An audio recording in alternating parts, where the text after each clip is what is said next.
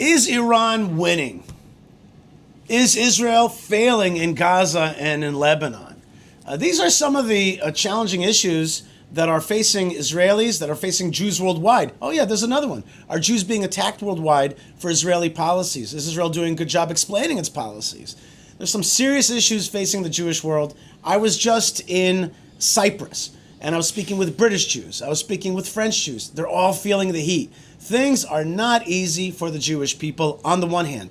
On the other hand, walking down the streets in Jerusalem, energy, life, vivaciousness. You could feel that Jerusalem is being built and that people feel that they have an identity inside, that something great is happening now. Which one is it? Is Israel on the right path, on the wrong path? Are Israel's enemies outsmarting it? Have they beaten us in a long game at the universities and in the media, with Qatari funding, with Iranian funding, Russians, Chinese? We've got so many serious enemies. And also, what about President Trump? Is he doing it? Is he keeping the world on even keel, or is his style, which seems to sway back and forth and is kind of not running the course that the Middle East demands, is it causing failure? Or is it a winning strategy to make that deal? I'm today sitting with one of the most interesting, one of the more clear-eyed people that the Jewish people have, and that's Dr. Dan Diker. Today he's president and fellow of the Jerusalem Center for Security and Foreign Affairs. Dr. Dan. Dr. Yishai, Rabbi Dr. Yishai. That's right. Great to be with you. When I see what's going on in Gaza, when I see the Board of Peace, I think to myself, these guys are bored of peace, okay? Because they are not having a plan that's going to make that place calm and normal and subdue the jihad. Not at all. They're kind of goading the jihad, letting it keep going, letting it rearm. Tell me, are we doing it in Gaza right or not? Well, first of all, Isha, it's great to be sitting with you on your podcast, which is one of the most, bottom line, right to the point, front burner podcasts out there. So it's really important that the world hears these conversations. I remember the Prime Minister, Benjamin Netanyahu, said, can you take the heat? You got to be able to take the heat. And that's what you said in your opening, because there is so much heat around that is directed at Israel's existence, that people not only are directing heat and trying to boil Israel to death, but they're really trying to literally incinerate the whole Zionist project, the nation state of the Jewish people. And even though it's a terrible, terrible image to conjure up, we are in an existential fight right now where the state of Israel is really very much on the front burner. And we've got to understand that in terms of taking the heat, it's Israel, the nation state, the one and only nation state of the Jewish people, that has its firefighters suit on and is championing that fight against those that are really trying to annihilate and actually incinerate the whole Zionist project, and by extension the Jewish people. It's that serious a fight. Now, if we go to the Gaza arena, for example, because the tendency in the world is to use the word peace as a type of salve, as a type of Advil PM, if you will, to try to put everyone to sleep and to say anybody that doesn't subscribe to peace. What does that mean, peace in the Middle East? There's no such concept in Islam of peace. It doesn't exist. There's victory, there's shahada or sacrifice. There is nothing in between. So we are, a Western-style country with a majority population that comes from Arab lands, that had Arabic as a mother tongue at home. So we're very much, we are an indigenous country, a Middle Eastern country with very much Western DNA because of the extraordinary mix of people in this country. So when we come to Gaza and President Trump's original plan, the original 20-point plan was a stroke of genius. It was called the Gaza Riviera Plan. This was a stroke of genius, which was the original idea, Yishai, which Israel signed up for, the United States suggested and drove, was actually to help the vast majority of Gazans relocate to other Sunni Arab countries with money, with a promise of employment and housing, until such time that the Gaza Strip could be rebuilt and then repopulated, and it could be repopulated and vetted with people that include Jews that could go back to their homes in Gaza where they lived for 3.5 generations in the modern period. And it can be Arabs, it could be others, but it was going to be a completely renewed, remodeled, re-energized, jihad-free area. That was killed by the Egyptians and by the Turks and others. And it became very complicated in Gaza because it is true that the Qataris, who are the Muslim Brotherhood, headquarters, and the Turks, another Muslim Brotherhood Hamas headquarters, that these, and the Egyptians also, that have a majority of public that support the Muslim Brotherhood, even though the leadership and Israel have a pretty strong defense over the last 40 years, defense relationship. That the new Gaza 20-point plan became sponsored by these countries that did enable us to get a lot of our hostages out from Gaza, notwithstanding the fact that Israel's enormous military pressure also caused that. But they were part of this American-led effort to get our hostages out. Yeah, but that getting the hostages out was their script, taking the hostages and then using that as a card to get what they want. We need to say that was what they wanted. They wanted the Hamas and the Iranians. Right, they wanted hostages and then to play for, giving us back the hostages. That was planned from day one. Yishai, the hostage strategy, which was driven by the Islamic Republic and its tentacle in Hamas-controlled Gaza, worked to a certain degree. It brought the Muslim Brotherhood Turkish regime inside, befriended, they gave a bear hug to Trump. Trump actually accepted the bear hug. Right. The Qataris the same. They're working with the United States. They gave them a $500 million plane. What was that about? For But God's sakes? When does a president of the United States receive a gift of that magnitude from a state that has been working for years to undermine it? I mean, it was just like one of these moments where you're like, yeah, it's a very strange moment, and in my view, ill-advised. Ill-advised to take it from any country, because then there's this sort of, there is a sense of I owe you something, and I can't. Who can get into the mind of the president and those around him who accepted that gift? But what about the mind of the brilliant Qataris? I know that a lot of the work that you do here at the Jerusalem Center for Security and Foreign Affairs is to also understand Qatar. It is. It's to understand the Eighth Front. Qatar, Turkey, the Iranian regime, China, and even Russia, they are the champions of...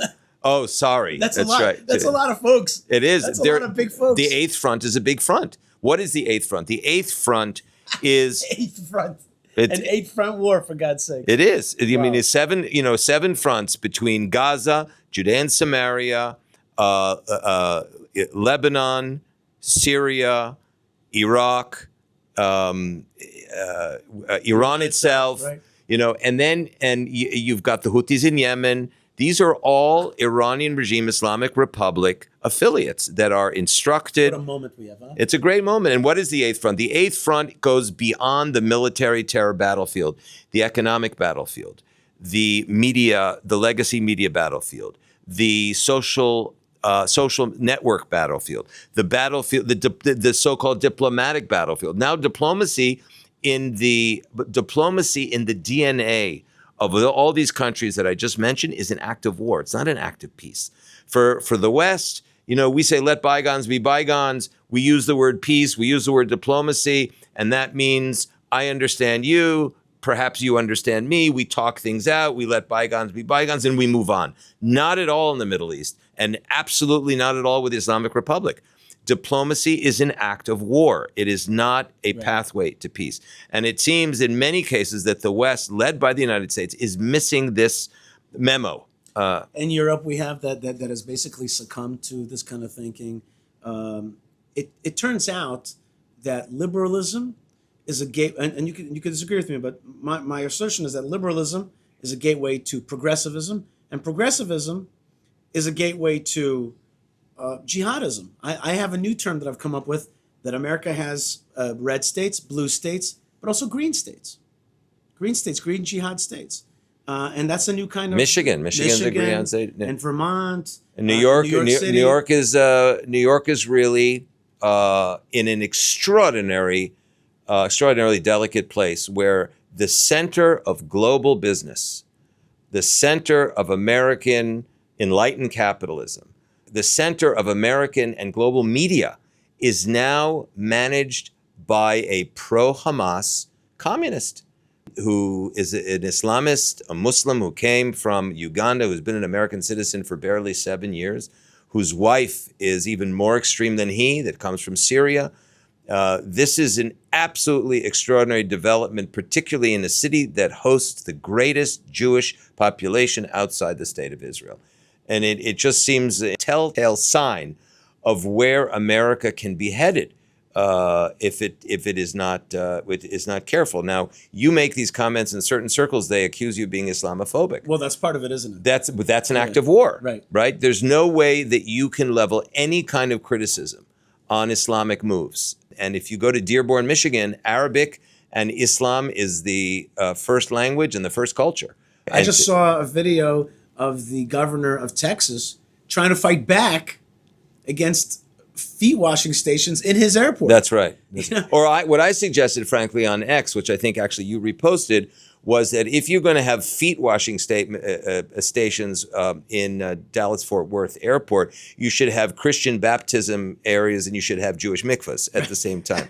So otherwise you go to the restroom and you have people, and I've seen this in Bahrain, having been to Bahrain and other Arab Muslim majority states, where you'll be in a bathroom and people will have their feet next to you in sinks.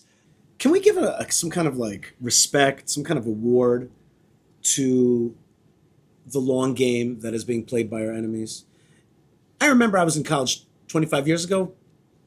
We were talking about the problem of Islamic ideology being taught and the campus being taken over by progressivism and jihadism at the same time. We were talking about it back then. What happened to the Jewish organizations? Were we asleep at the wheel? What happened to conservatives in America? Were we blinded? It's like we saw it coming, and it came like a giant glacier, moving slowly, and yet breaking mountains in its way. And it's like it's very hard in the Jewish world to say this, but I think that we should at least recognize that we've been outplayed. We've been outclassed to some extent. Is that fair or not fair? Well, when you say outplay and outclass, you mean to say that under our very noses, the political Islam, as the Muslim Brotherhood calls it, which is, there are two strategies. One is militant Islam, while the other is political Islam. And political Islam, according to the doctrine of Hassan al-Banna, the founder, in 1928, the founder of the Muslim Brotherhood, basically was to infiltrate societies and embed Islam from the bottom up. With a very long game. With a very long game. Now, America doesn't see it for a couple of reasons. One, the First Amendment to the Constitution that sanctifies freedom of speech and in the American Constitution, freedom of expression, freedom of assembly. The freedoms to express yourself freely is so sacrosanct in the United States that people can't imagine that there is an ideology that would penetrate the United States and use its freedoms in order to subvert its very existence. It's just an idea that is an anathema. It's completely counterintuitive to the Constitution, to the American way of life, to the American sense of liberty. And but even Lincoln knew to suspend habeas corpus during a war, right? Like sometimes when you're being attacked, you have to realize that those very institutions are your Achilles heel, right? They're being that what you just described, that sacrosanct sense of freedom of speech, is itself also a weakness when dealing with such a long-range enemy, a long-range thinking enemy. Well, so here's the proof text of what you're saying. 1993 and 2001, 9/11, 2001, and the first Islamic terror attacks by the Blind Sheikh back in 1993, both targeting the World Trade Center and ultimately toppling the world's most important center for international business. And what happened after 9/11? We're 25 years, almost to the day after 9/11. And what has America learned about the Islamists that took down the World Trade Center and about now the they're ideology? The governors and the mayors. I mean, could you imagine that New York City would have an Islamist mayor? Wow. Right? You know what? I actually did not put the September 11th and Mamdani on the same plane, but that's right. Here we are. Course, yeah. So then it's a major challenge for America to save itself. And I think we at the Jerusalem Center for Security and Foreign Affairs that are championing this mission, which is to expose the radical ideology and players of the Middle East while embracing more amenable players and then anchoring our relationship in the West to try to mediate between the two in order to strengthen Israel, to strengthen Judeo-Christian civilization, in order to also to help the West save itself by getting this critically important information is critical. And what we see in Gaza, just going back, is exactly a microcosm example of what we're talking about at 50,000 feet here. Well, the question is, and here's where I'm going to play a little hardball with you, which is, we've been talking so far about American policy, but I would have thought, I would have liked to see that after September 11th, we would not pussyfoot around and play softball, but rather would have gone Middle East style, or even Putin style, lahavdil, and taken over that Gaza and helped immigration happen to non-combatants, find them refugee status, and really take control of this thing. And instead, what we have right now is nothing but in Russian we would call it a kasha, like it's just a mushy soup of policy, and the damn Hamas is still there, and with Turkey and Qatar, all kinds of bad players, and Israel never targeted Qatar. I mean, for a second it did attack Hamas in Qatar, but and then was the finger was wagged at Israel. But like, bottom line is, strategically speaking, we didn't really clear out the bad guys, and we didn't go heavy, and we didn't use it as a big wake-up moment. When I read the newspapers today about what's going on in Gaza, and soldiers complaining that they're being very limited from attacking Hamas, which is constantly testing the line and the borders, and they're still there, and they're still armed, and they're still controlling people, and they're still killing Arabs, pro-Israel, decent Arabs who don't want Hamas rule. You see all that, and then you saw what happened in Iran with the Iranian regime. I read in some article, they're like, well, it turns out that I was reading Foreign Affairs, and they said, well, it turns out that there's no big protest against the Iranian regime. I was like, what? There was a protest. They just killed 50,000 people in one or 2 days. So it's as though we're talking about America. What about Israeli policy? Where are we at here? How are we leading this charge? And sometimes I see that we're not quite leading it properly. We didn't go all the way after the 7th of October. Is that a fair critique, you think, or not? The 7th of October was, arguably the greatest catastrophe that Israel experienced since its founding in 1948, because it was really the first time that there was literally a strategic existential threat to the Israeli home front. And it was a failure of what had been the sacrosanct defense and national security concept of Israel. The national security concept of Israel collapsed on October the 7th. And that concept that had been developed by Ben-Gurion, our first prime minister, in the years just after 1948, was based on early warning, deterrence. Intelligence. Yes, for sure. I mean, early warning based on intelligence, deterrence, both offensive and defensive, and what's called decisive victory, which is always charging towards the enemy before the enemy can charge you, and what we call passive defense. After October 7th, there is an additional leg, and the additional leg, or the additional component to Israel's national security concept, is called prevention, which is why you see Israel today in late August 2026 with a far more aggressive approach towards its enemies to prevent them from even beginning to move to attack Israel. So you see Israel being very, very forceful against Hezbollah, the Iranian regime-backed Hezbollah in Lebanon. We're continuing to kill every single Hamas Nukhba terrorist and others that were involved in the massacre, kidnapping on October 7th from Gaza, from Hamas. And you even see us, we're doing a lot of covert operations and killing other people enemies that should be killed. This is called prevention, which was not part of our original national security concept. So why am I telling you this and our wonderful viewers that are participating with us here in this discussion is that Israel after October 7th is a different Israel than it was before October 7th. And one does have to give credit where credit is due, and that is Prime Minister Netanyahu and the government have in the last since October of 2023, which is 3 years now, almost, have completely changed the dynamic in the Middle East. We are considered the strong horse in the Middle East. We are considered the Jews that, they say Balabait Bishtageh, that the Jews, the owner of the house has gone crazy, which is a very good thing in the Middle East. Crazy Eddie. Crazy Eddie, right? The Crazy Eddie, 12 o'clock in the morning, 12 o'clock midnight, one-day sale, Crazy Eddie. And it's true, Crazy Israel, right? And that's a good thing. It's a very good thing in the Middle East. It's unknown in American culture that you go crazy. And this is exactly why after 9/11, you said the word in Russia is called kasha, which is like soupy. The word in the Talmud, kasha, means questioning, right? There's a really hard question.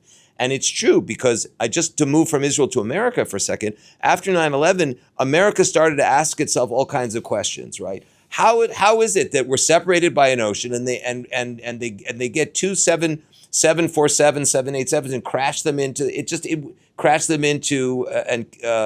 in these planes and incinerate these two towers, killing nearly 4,000 people between New York and the Department of Defense in D.C. And America attacked Afghanistan. That was low-hanging fruit. Did not get Osama bin Laden for a number of years. Right. By the way, that was a 20-year war, which cost about $1 trillion. That's a 20-year war. America's longest war. America's longest war, 20-year war, as this is Israel's longest war, right? So the question is, Afghanistan, almost 20 years, 18 to 20 years. Iraq, we lost thousands of, several thousand servicemen and women.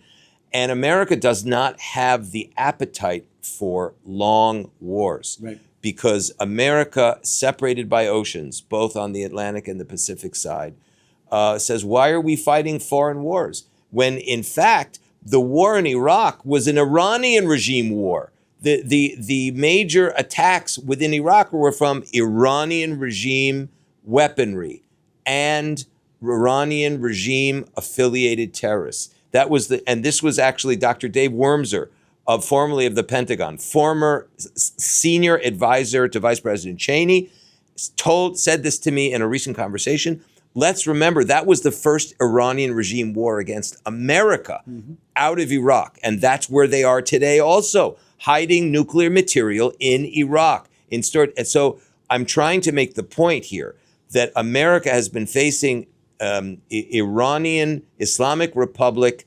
terror octopus tentacles throughout the Middle East, but it thinks that they're foreign wars. That is a disconnect. And that disconnect has to be made up. It has to be corrected by making the case for the war against Iran. In the Iranian regime that tried to assassinate President Trump, the Iranian regime that has killed hundreds, if not several thousand American servicemen and women, the Iranian regime that has basically targeted American vital interests across the Middle East. The Iranian regime that basically has set up a whole base throughout Latin America, out America's back door. That's why it kidnapped Maduro. Why did they capture Maduro? Maduro was not only a narco-terrorist.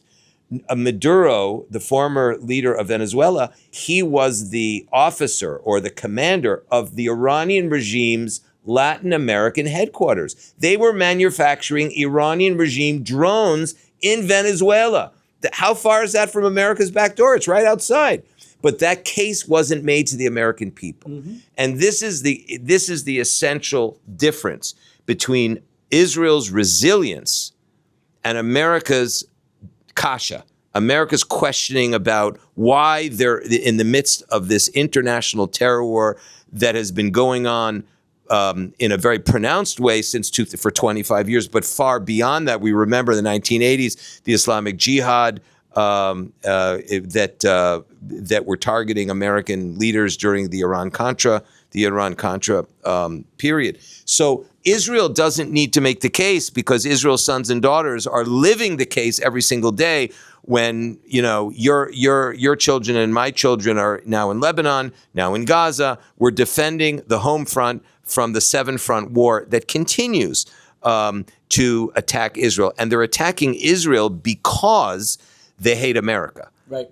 Not the other way around. And this is the case. And they say it themselves. If we're the little Satan and America's the big Satan, in the words, to quote Ali Khamenei and his predecessor, Grand Ayatollah Khomeini, Israel is seen as the 51st state in the Middle East. That is very important to clarify. So we're protecting our home front, and we have got to do a better job. And this is JCFA's, one of our missions, is to make the case to the American people as well as to the West that this war is really a war to uproot and subvert Judeo-Christian civilization, Western civilization as it is. I read somewhere, though, that Qatar finances 10 lobbyist firms in D.C. to the tune of about $200,000 a month each on retainer. And when I asked an expert, who we both know, how many lobby firms does Israel retain in Washington, the answer was 0. So the war is kinetic. Maduro, you just gave an example of that. The Twin Towers, but it's also about legitimacy. And that legitimacy is eroded when the next generation of Americans are taught in American schools, when Jews, by the way, are no longer appreciated at places like Harvard, and where Jewish enrollment has shrunken tremendously. The case they're making, they're both fighting the fight and making the case at the same time. And they're making the case for peace or for less American involvement, no boots in the ground, that kind of language. This is not, they are, my mom always likes to point out that when you say the word the pronoun they, you're referring to? I was referring to Qatar. Yeah. The jihad and its various constellations. It could be Turkish, and it could be also forces like China, which are not jihadists, and they're not anti-Israel inside, but they want to break up the U.S.-Israel alliance because they see that as something that strengthens the U.S. So there's a lot of forces out against us right now. There's a lot of forces. There is, and the reason that it raises a lot of questions and frightens Jews in the West, particularly American Jews, is that our enemies and adversaries, in a very sophisticated move, have targeted the Jewish state and called it criticism of Israeli policy. Right. So what they're doing is extending the attack against Israel, which then has an extended effect against Jews. So it's in a way pitting Jews in the diaspora against the one and only Jewish state, right, because they say we're paying the price for Israel's actions. Our own Jewish brothers and sisters are painting Israel as a kind of heartless occupier some, not all. Some, yeah.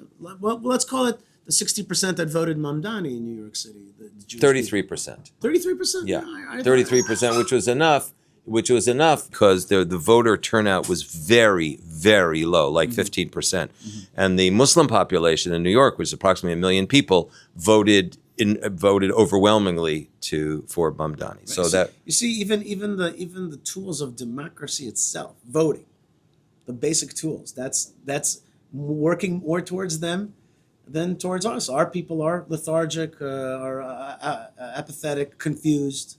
don't know the narrative. But this is up exactly. to Israel, I think, to help our brothers and sisters in the diaspora by reaching out and making the case and explaining the perspective, the context, and the facts, because there's so much confusion out there. Right. And I'll tell you, if I were a diaspora Jew, you're under tremendous pressure all the time. You're under physical attack, you're under harassment, rhetorical attack, all under the fake moniker of free Palestine. It's not pro-Palestine by any means. It's only destroy Israel. That they have used language conditioning that the Soviets taught us very well during the post-World War II period, and they've turned true into false and good into evil and evil into good. They've successfully begun to invert, or more than begun, Israel's legitimacy with the legitimacy of Hamas. And the perfect example is Jared Kushner comes and meets with Khalil al-Hayya, who is a terrorist. And Who is he? Khalil al-Hayya is one of the leading members, commanders, leaders of Hamas. And he met with Steve Witkoff in Cairo. He just met with Jared Kushner. He was obviously a major proponent of the October 7th massacre kidnapping. And he now is being legitimized by the United States, who travels from meeting with him in Cairo to meeting with Netanyahu in Israel. And that creates a moral equivalence that is very, very problematic.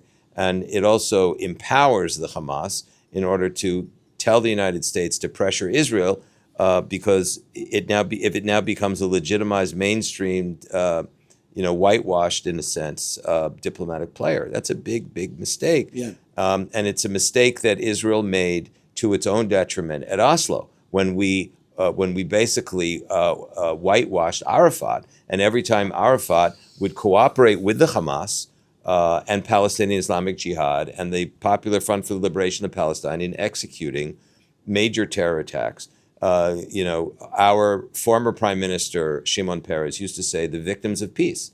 So it was this total inversion that began 33 years ago. And this is a really major mistake. We've got to have moral clarity.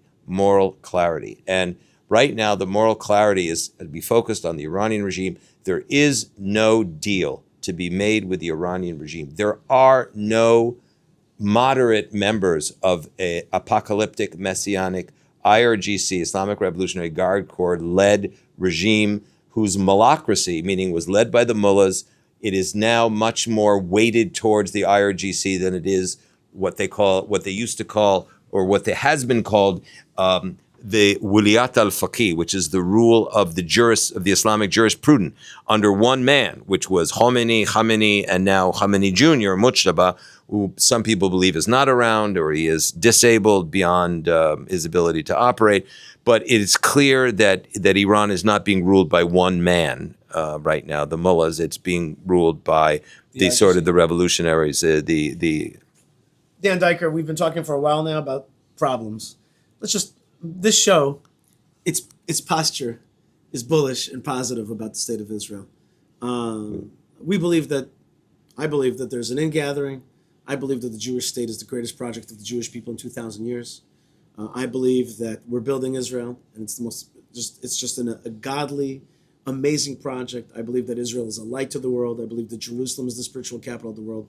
And by the way, if you want to support, don't forget to go to buildisrael.com, where we build Israel together. And I was away I was in America, I was in Canada, I was away for a few days, and then I came back, and then I went to Cyprus. So I was away from our beloved country. And yesterday, or the day before yesterday, I was in the streets of Jerusalem. I could not believe the energy and vivaciousness of it all. And then I walked with Arya King, who's the deputy mayor of the Jerusalem. town. That's right. And he was showing me a new train station that was being built to extend the train that goes all the way to Tel Aviv. And it's basically going to go all the way to the old city. So you're going to be able to go from Tel Aviv, the heart of Tel Aviv, to the heart of Jerusalem in some 40 minutes.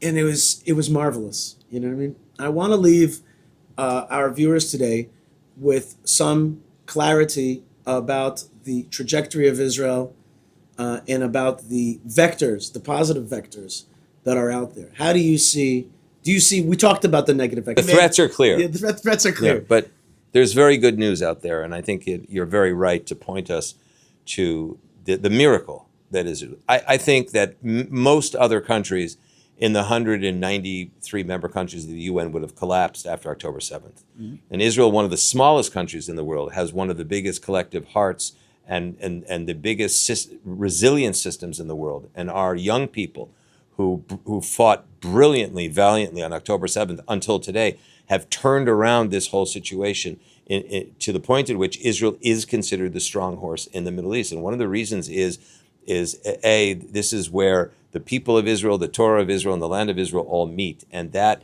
convergence creates an iron will, and it creates kind of a blessing.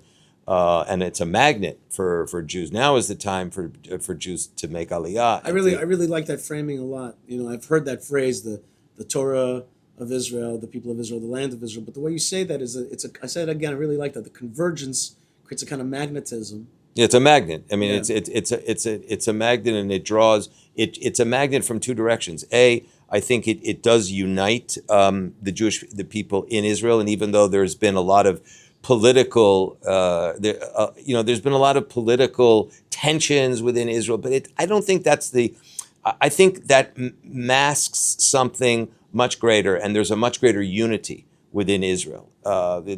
Especially after October 7th. The numbers of investors coming in to invest in Israel's high technology is extraordinary. The Israeli currency is as strong as it's ever been, even to the chagrin of some of us Americans who are supported by dollars more than they are shekels. But nonetheless, the Israeli currency is so strong. The Israeli people are resilient. The Israeli the Israeli body politic is strong, and the country is one of the happiest countries in the world, as judged by year-to-year polling on popular satisfaction, happiness. And I think this is something that's extraordinary. Our young people are the most talented, strong-willed, resilient generation I think that we've seen even since the founding of the state. So there's a lot of good news that the international media does not report here, because unfortunately good news doesn't make it. Good news is sometimes an oxymoron. And I don't think Qatar pays for that kind of good news. Right? So No, it is. They don't put it out there. There is a lot of good news, and yet you're one of the leaders of the fight against the delegitimization of Israel, and also to expose the strategy of the jihad, which is on the march, and it has a long game. And so your organization, the Jerusalem Center for Security and Foreign Affairs, is putting out stuff. The new Palestinian terror army planning the next October 7th massacre. Yeah, this is a warning. Samaria. It's a warning sign also that we share with the U.S. administration. This is information that it is available nowhere else, actually. But we have the leading experts on Palestinian Authority affairs, on Hamas, on the Iranian regime, on on jihad, and then the other really important campaign is this sort of defensible borders after October 7th, which is explains why and how. And if you can go to jcfa.org and get the online version, but here you have 13 of the top military intelligence authorities writing why Israel must have security zones, protection areas, buffer zones, demilitarization areas, Yishai, beyond the official borders of Israel in the north, in Lebanon and in Syria, and why we have to stay there for the meantime until our enemies in Syria and or the Islamic groups in Syria, and particularly Hezbollah in Lebanon, lay down their weapons or are disarmed by force. The same in Gaza. Or are defeated. Or are defeated. There is no other choice. That's what happened after 1967, which is why we were forced, thank God we were forced to go into Judea and Samaria, which is the Judea heartland. But that heartland also gives us a 4,200-foot advantage, topographical advantage over our enemies to the east, Iraq, Syria, looking down into Jordan, and then protecting all of our Mediterranean communities on the coast. So that concept is now expanded to the north and the south, and we need the support of our brothers and sisters in order to make this happen, and sit down with the administration, with Western countries, and as well as uniting Israelis who intuitively know it's true, but we want to make it an official policy of Israel, official declaration in the U.S. Congress, the Defensible Borders Act for Israel. This is critical now because we don't know what's going to happen after the midterm elections. We don't know what's going to happen in America as we move forward, but we do know, and the Israeli people are united. Even the non-Jewish Israeli people, particularly our Druze brothers and sisters, Circassians, and even those in the Arab sector, particularly our Arab Christian brothers and sisters, and even many in the Muslim community here that feel under threat by our Islamic neighbors. And so that's why Defensible Borders for Israel is so critical. And then we wanted to get those declarations in Congress, in European parliaments, as well as to pass something in the Knesset. And of course, Israeli leadership in these policies will be the real defining thing. I mean, you can get other people to agree, but you've got to implement those policies and people will respect strength. That's the Middle East. That's really the world. Dan Diker, doing amazing work here at Jerusalem Center for Security and Foreign Affairs. Keep up the good work, and let's hope to see Israel stronger in all the 8 fronts and the bad guys receding. They have to know, as Jabotinsky said, that we have an iron will and we have an iron wall. And of course, to strengthen the identity of the Jewish people, we got to know what we're fighting for. We got to know what the homeland is. We got to know our history. And when you get all that together, as you said, the magnetism of the Torah of Israel, the people of Israel, the land of Israel, this is a tripartite magnet that really comes together and nothing can stop it. Dan Diker, Dr. Dan Diker, thanks so much for being with us. God bless you folks wherever you are. Remember to build Israel together, because that's what we're doing. We're involved in this greatest project of them all, which is the building of the Jewish state in the land of Israel, a light to the world. God bless you wherever you are. Join me at buildisrael.com. Lots of blessings from the land of blessings, and shalom.